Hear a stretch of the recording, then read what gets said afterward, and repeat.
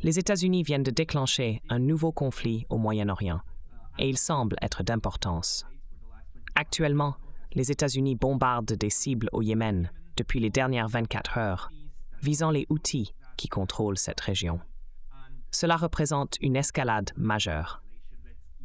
Pour comprendre ce qui se passe, nous nous tournons vers le New York Times, non pas parce qu'il fournit toujours la vérité, mais parce que ce qu'il rapporte indique souvent le contraire de la situation réelle. Le titre en discussion est « Guerre Israël-Hamas », suggérant que les événements sont une extension des actions d'Israël à Gaza. Cependant, la réalité est tout autre. La Maison-Blanche a décidé de prendre une position offensive et d'engager un affrontement indirect avec l'Iran en ciblant d'abord le Yémen.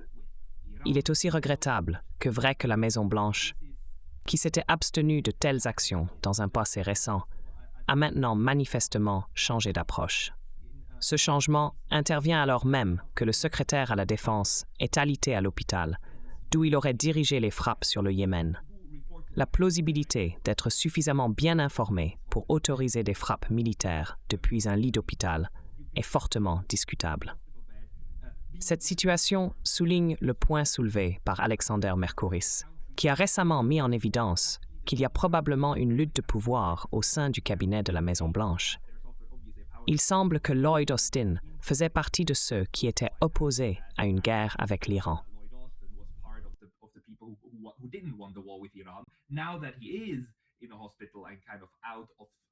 Maintenant qu'il est à l'hôpital et effectivement hors service direct, les Faucons ont pris le contrôle et obtiennent exactement ce qu'ils veulent, une guerre plus étendue. Kirby, le porte-parole de la Maison-Blanche, a déclaré que les États-Unis ne sont pas intéressés par une guerre avec le Yémen. Cependant, si vous commencez à bombarder un pays, vous commettez un acte de guerre.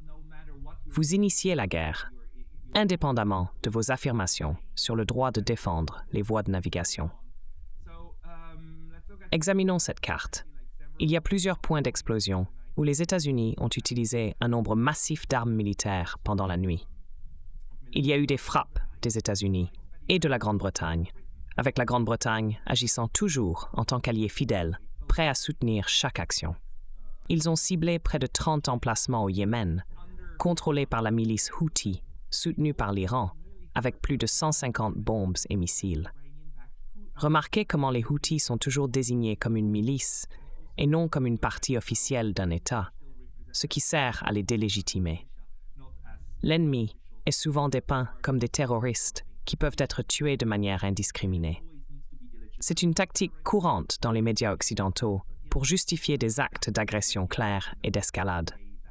L'aspect le plus étonnant est que tout cela se passe alors que les États-Unis et la Grande-Bretagne prétendent ne pas vouloir escalader, même s'ils le font activement.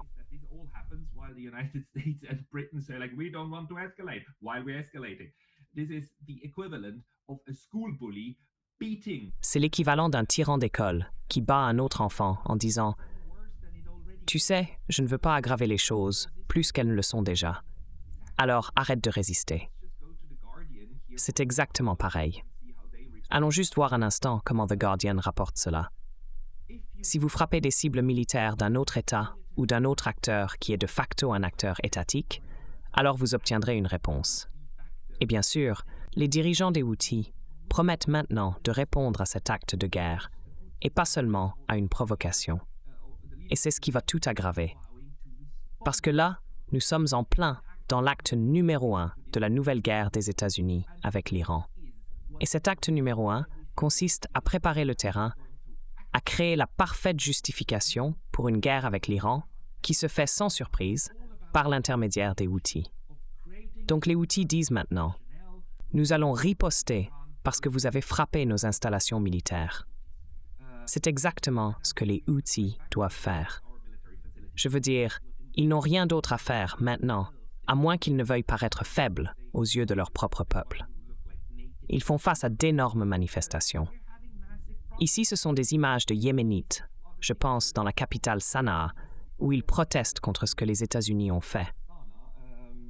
Nous avons donc maintenant une situation dans laquelle le peuple yéménite, du moins ceux qui se trouvent sur le territoire Houthi, disent tous que nous devons riposter. within Houthi territory that are now all saying we have to strike back. You now have the situation in which this smaller, poor. Nous avons maintenant une situation dans laquelle cette nation plus petite, plus pauvre, dont une partie de la population veut réellement riposter, c'est ce que feront les Houthis. C'est ce que les États-Unis et ses bellicistes à Washington comprennent. Ils veulent être frappés pour ensuite jouer les victimes et dire maintenant, nous devons mettre fin à cette violence contre nous, les pauvres troupes américaines et britanniques attaquées. De la même manière, avec la même logique, Israël justifie actuellement sa guerre, ses actions contre la Palestine et Gaza, en disant que parce qu'ils ont été attaqués le 7 octobre et qu'il ne s'est rien passé de significatif avant cette date, ils étaient les innocentes victimes d'une attaque. Ils prétendent maintenant avoir le droit moral et le devoir d'aller éliminer leurs ennemis. Et si un génocide se produit dans le processus, c'est regrettable. C'est essentiellement l'argument de la défense israélienne dans le procès simultanément en cours à la Cour internationale de justice. J'en parlerai dans une autre vidéo. La logique des États-Unis va être exactement la même. Ils créent actuellement des conditions sous lesquelles une contre-attaque contre eux sera vendue à tout l'Occident comme une attaque sans précédent et non provoquée. Ils diront cela. Ils utiliseront réellement le mot « non provoqué » à nouveau. J'en suis absolument certain. Ainsi, The Guardian nous donne réellement tous les indices nécessaires pour comprendre ce qui se passe. The Guardian actually gives us all the clues we need in order to understand what's going on.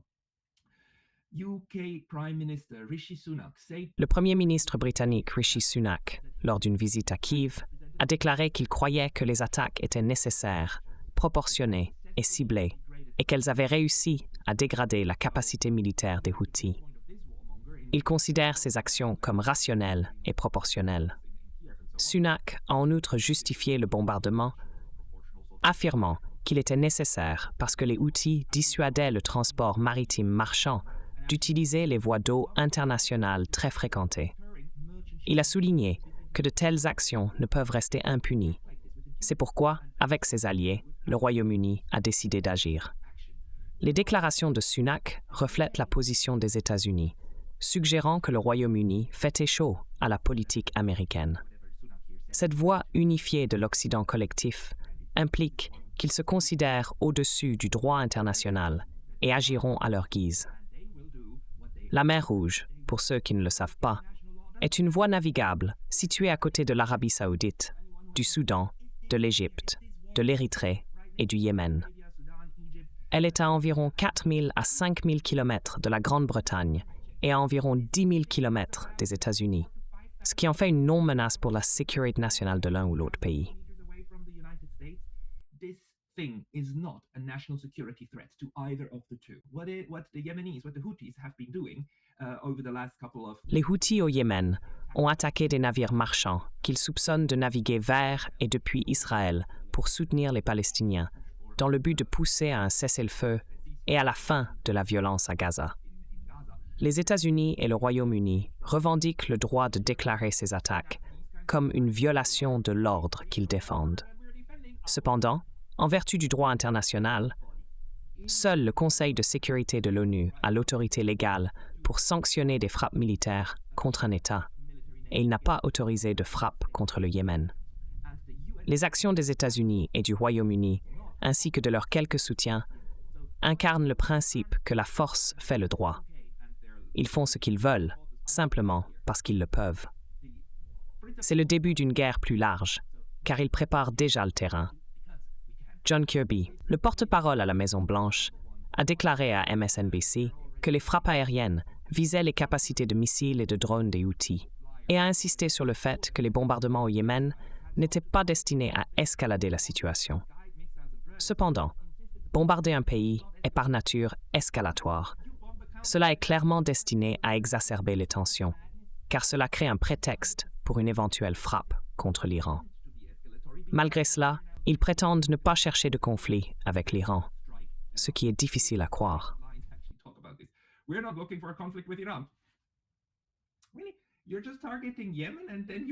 Vous ciblez le Yémen, puis vous passez immédiatement à parler de la façon dont vous ne voulez pas de guerre avec l'Iran. C'est exactement ce à quoi vous semblez vous préparer. Nous ne cherchons pas à escalader la situation, et il n'y a aucune raison pour que cela s'intensifie au-delà de ce qui s'est passé ces derniers jours. Vous savez que les Yéménites doivent contre-attaquer. Vous savez qu'ils le feront, et vous savez qu'ils en ont la capacité. Et là, vous avez ces cibles faciles, juste devant le Yémen. Combien y en a-t-il? Eh bien, il y a au moins un couple de navires de guerre américains, y compris l'USS Eisenhower. Je ne pense pas que celui-ci sera ciblé, mais un navire de guerre américain plus petit, qui escorte actuellement d'autres navires marchands, pourrait l'être. Il y en a des dizaines. Ces navires sont des cibles faciles, parce que les navires sont faciles à couler. Il faut une quantité significative de force, même, mais nous savons que les Houthis l'ont, et ils pourraient couler un navire américain. Ce ne serait pas la première fois. En fait, c'est un événement classique que le naufrage d'un navire puisse conduire à une guerre à grande échelle. Cela s'est produit des dizaines, voire des centaines de fois tout au long de l'histoire de la guerre. Les États-Unis ont justifié leur entrée dans la Première Guerre mondiale avec le naufrage du Lusitania, qui s'était en réalité produit 2 ans plus tôt. Mais de toute façon, il n'est même pas nécessaire qu'un navire soit coulé au moment où un État décide d'entrer en guerre pour qu'il soit utilisé comme justification.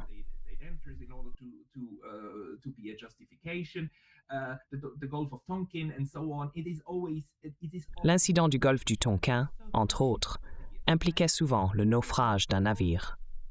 Il y a tellement de navires dans cette région, et il suffirait que 150 ou 200 marines américains meurent. Ces individus pourraient être sacrifiés par leur propre gouvernement pour fournir un prétexte pour aller officiellement en guerre contre l'Iran. Le secrétaire à la Défense du Royaume-Uni, Grant Shapps, a également mentionné que l'Iran pourrait désamorcer les tensions. Dans une interview accordée au Telegraph, il a transmis son message à Téhéran en disant « Vous devez contrôler les rebelles Houthis et tous ceux qui agissent en tant que vos mandataires, comme le Hezbollah libanais et ceux en Irak et en Syrie. Vous devez amener ces différentes organisations à cesser leurs activités, car le monde est à bout de patience. C'est comme si les mégalomanes au Royaume-Uni et aux États-Unis s'assimilaient au monde. Ces 40 pays, ou à peu près qui composent l'Occident collectif, recommencent. Ils déclarent déjà que toute action des Houthis ou du Hezbollah au Liban sera imputée à l'Iran et interprétée comme telle. En frappant les Houthis et en invitant une contre-attaque, ce que les Houthis doivent faire pour maintenir le soutien de leur propre peuple à Sanaa et ailleurs, la situation s'escalade.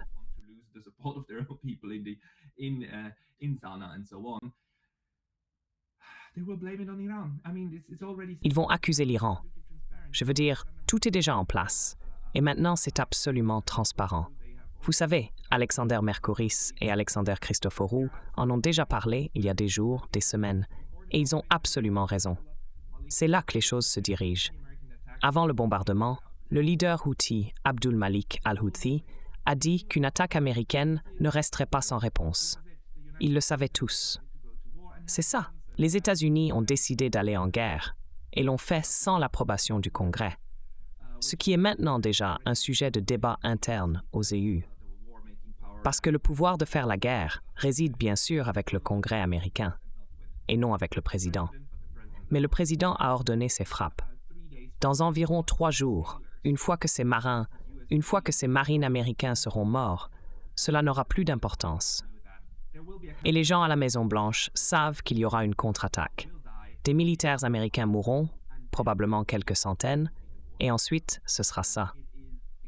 Ce sera la guerre avec l'Iran. C'est extrêmement, extrêmement triste.